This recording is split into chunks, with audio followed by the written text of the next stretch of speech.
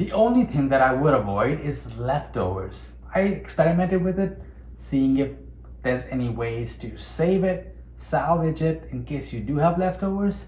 And trust me, the next day, these crisp nachos will turn into tortillas because they'll be that soft and moist. These cheeseburger nachos are part of hashtag Nacho Day 2024 collaboration hosted by Jim's Kids Kitchen. So check out that hashtag for all other amazing ideas for nachos today. Now, these nachos have the elements that make for a great cheeseburger. Some well flavored meat, cheese that's nice and sharp, some homemade zesty burger sauce, some fresh crunch of lettuce, tomatoes, and sauteed onions. So let's get into it first by getting the onions prepped. Mainly because that's the simplest component. Just some butter in a pan, some sliced onions, and saute it with a pinch of salt until they've softened to look kind of like this. You can now set that aside and have it ready for later.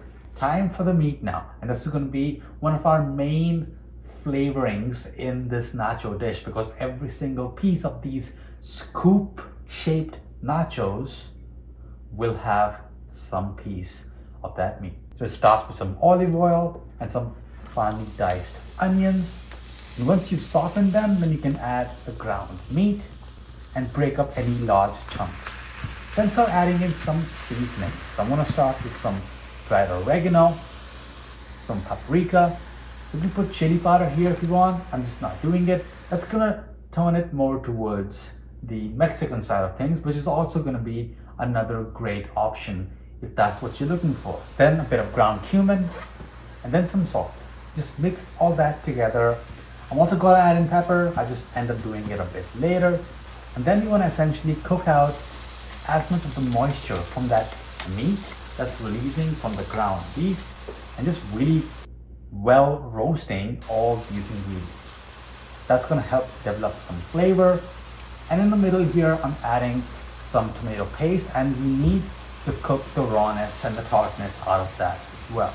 It all helps with developing flavor. Now once you've done that for a few minutes, mix it all in, let it cook for a few more minutes before you taste, adjust for any seasonings, and then set this aside because now we're ready to assemble the actual nachos. So everything here is prepped up. I've also added the burger sauce in this squeeze bottle here. It's gonna help make the dressing part of this dish much easier. Okay, so some parchment in a baking sheet. Arrange a small portion of the nachos roughly in the shape of the plate you're gonna be serving this in. For me, it's gonna be an oval plate. One single layer, and then goes on a couple generous spoonfuls of that delicious ground meat, along with a few handfuls of the cheese. Layering is key. Think of it like a lasagna. Then another layer of some more nachos, some more ground beef, and some more cheese. And I'm gonna stop doing the same thing on the third level.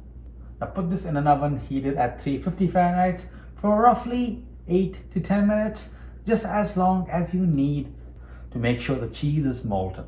Once that's done, then take it out and then just swiftly slide the nachos from the parchment to your plate, shape if needed, and now the fun part begins. So I'm going to start with loads upon loads of those sauteed onions and then some of that burger sauce. I did have to end up cutting a bit more of that nozzle off because those pickle pieces were really being tough to deal with.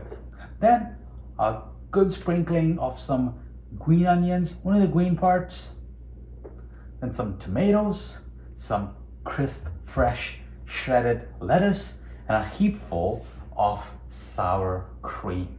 This is a crazy plate of nachos layered with flavor. Serve it with a side of burger sauce, or you can kind of go fusion, serve with some burrito sauce instead, or with spicy mayo, more sour cream, salsa verde. You really have everything at your disposal. The only thing that I would avoid is leftovers. I experimented with it, seeing if there's any ways to save it, salvage it in case you do have leftovers. And trust me, the next day, these crisp nachos will turn into tortillas because they'll be that soft and moist. Still enjoyable, but not in the same way. So let me know when you're gonna be making this and what toppings would you have added or removed to make these your own. I'll see you all on the next one.